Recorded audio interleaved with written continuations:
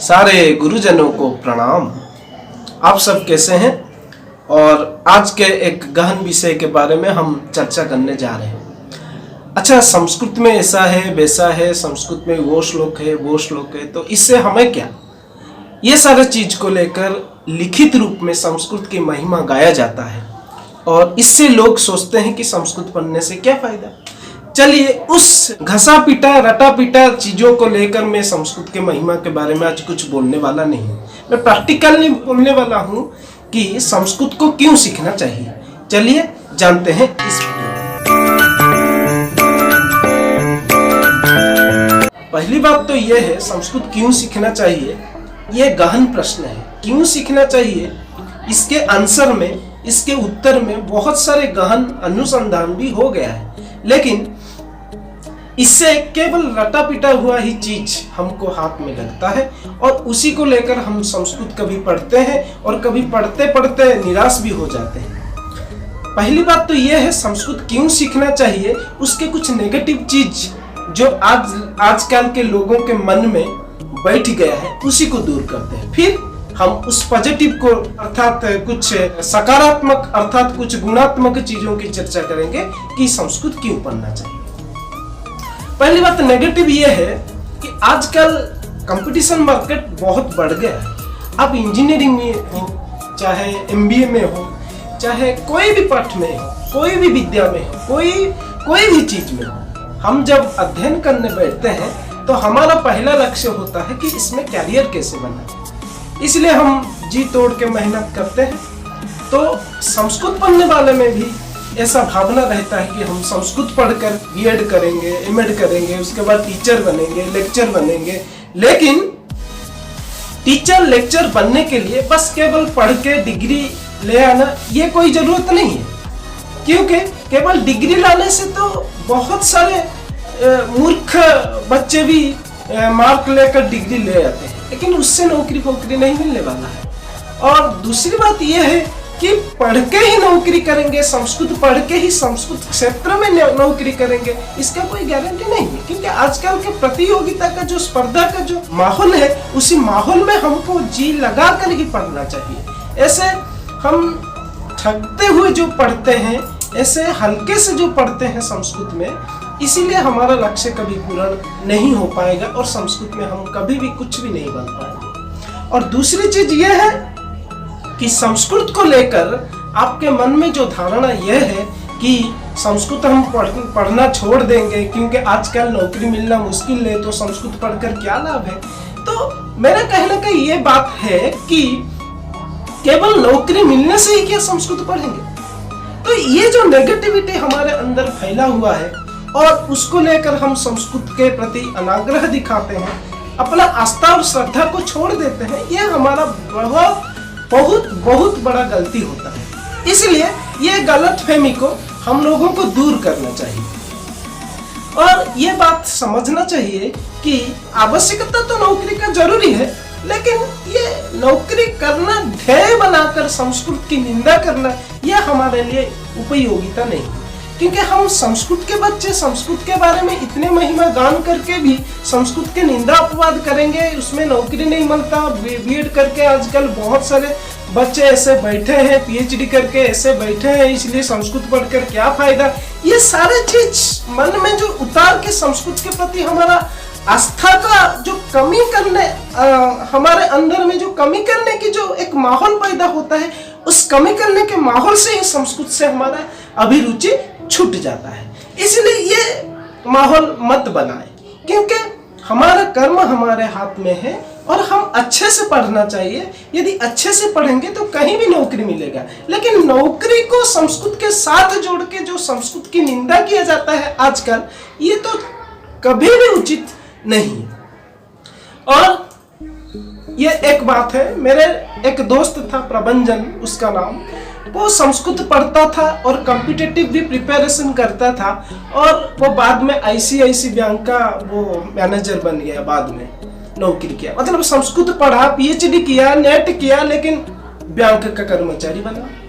और भी ऐसे कई उदाहरण है जो भारतीय संस्कृति के प्रति आस्था श्रद्धा के कारण तो संस्कृत पढ़ लिए, लेकिन ऑक्यूपेशन उनका अलग, मतलब बैंक इत्यादि को ऑक्यूपेशन के रूप में चॉइस कर लिए।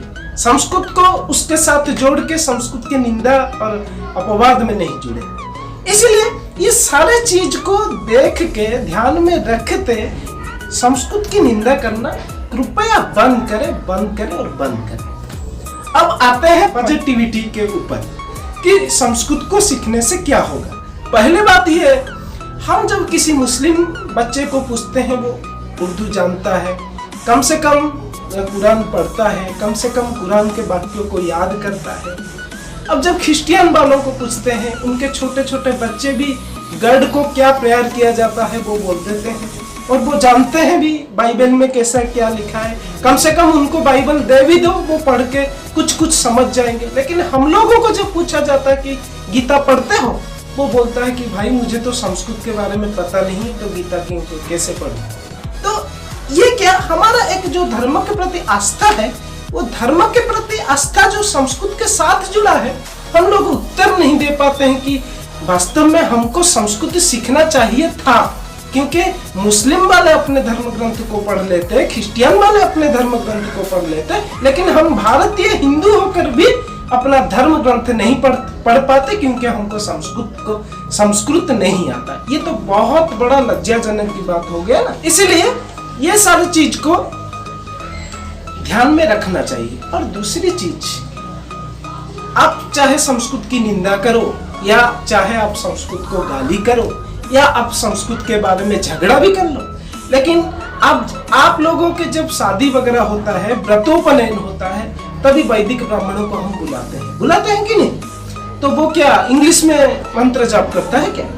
वो संस्कृत में ही जाप करता है। तो हम इनडायरेक्टली संस्कृत को उसी समय में स्वीकार कर लेते हैं, क्योंकि हम उसी समय नहीं सोचते अरे भाई संस्कृत का तो इतना महत्व था, उसके बिना तो हमारा शादी व्रतोपघर ये कुछ भी नहीं हो पाएगा, ये सब चिंता नहीं आएगा।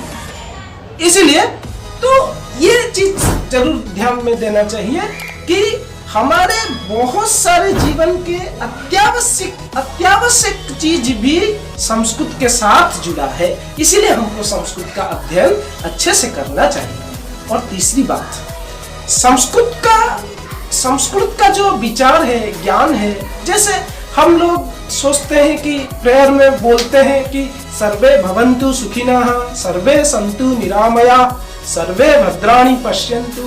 तो इसका क्या संदेश है कि सब सुखी हो, सबका मंगल हो, सबका भला हो। ये जो चीज, ये जो नैतिकता का जो संस्कार, वो केवल संस्कृत ही देता है।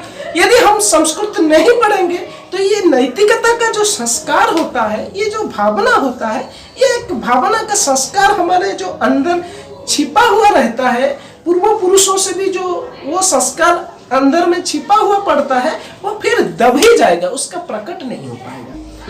यदि संस्कृत के प्रति थोड़ा भी निष्ठा रखे, थोड़ा भी श्रद्धा रखे और अपने जीवन के लिए पढ़े, तो वो संस्कृत से हमारा एक नस नाड़ी एक अद्भुत और पवित्रता की चिंतन और संस्कार में भरा हुआ रहेगा।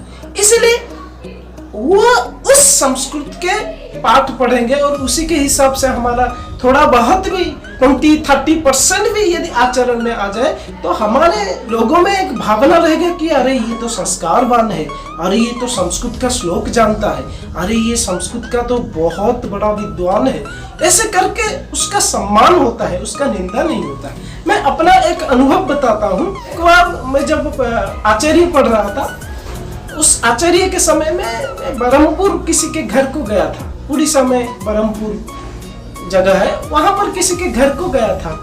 और जब वो उनके घर में गया था, वो जब जाने की ये संस्कृत पढ़ता तो बहुत मुझे सम्मान करने लगे और बड़े आस्था से मेरे तरफ दृष्टि करते हुए मैं भी देखा, अनुभव किया।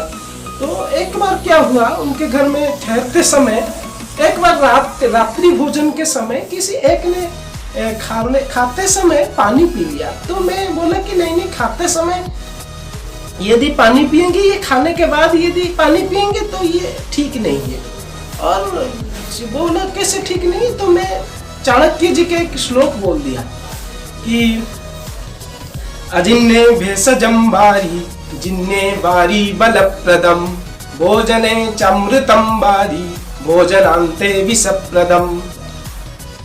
तो इस श्लोक को समझाते हुए मैं बोला कि जब बीच बीच में थोड़ा पानी पिएंगे तो वो तो अमृत की तरह काम देगा, लेकिन वो यदि अंत में पिया जाएगा तो वो जहर की तरह वो पानी काम देगा। वो ये सुन के बड़ा आश्चर्यचकित हो गए और खुशी से बोले कि ये संस्कृत में ऐसा लिखा गया है। मैं बोला कि हाँ ऐसा ही लिखा गया है। तो वो बोले कि अच्छा मुझे थोड़ा सिखा देना। और उसी रात्रि के बाद मुझे मेरा आदर और भी बढ़ गया। इसलिए संस्कृत पढ़ने वालों के विचार, एक नैतिकता, एक आदरता जो समाज में फैला हुआ है उसको कोई मिटा नहीं सकता, उसको कोई मना कर ही नहीं सकता। इसीलिए संस्कृत को बड़े आदर पूर्वक सीखना चाहिए। अब ये वीडियो देखकर आप लोगों को जरूर सामान्य रूप से पता चल गया होगा कि संस्कृत क्यों सीखना चाहिए। तो आपको यदि यह वीडियो अच्छा लगा होगा तो मेरे चैनल को सब्सक्राइब कर देना और ये वीडियो दूसरों को शेयर भी कर देना। और आपके मन में इस विषय को लेकर क्या विचार है कृपा करके कमेंट बॉक्स में जरूर अपना मत प्रकट करना, ताकि आगे की वीडियो में मैं उसके बारे में और आलोचना कर सकता हूं और आप सब मिलकर चर्चा कर सकते हैं इसके बारे में। और दूसरी चीज, आपको यदि संस्कृत सीखना है, मेरे बुद्धि के हिसाब से जितना भी मैं जानता हूँ, जितने भी सरल रूप से आप लोगों को सिखा सकता हूँ, इसके लिए कोशिश करूँगा। और संस्कृत को और भारतीय संस्कृति को लेकर ऐसे कई नए नए वीडियो में और प्रकाशित करने वाला हूँ। कृपा करके आप बताइए।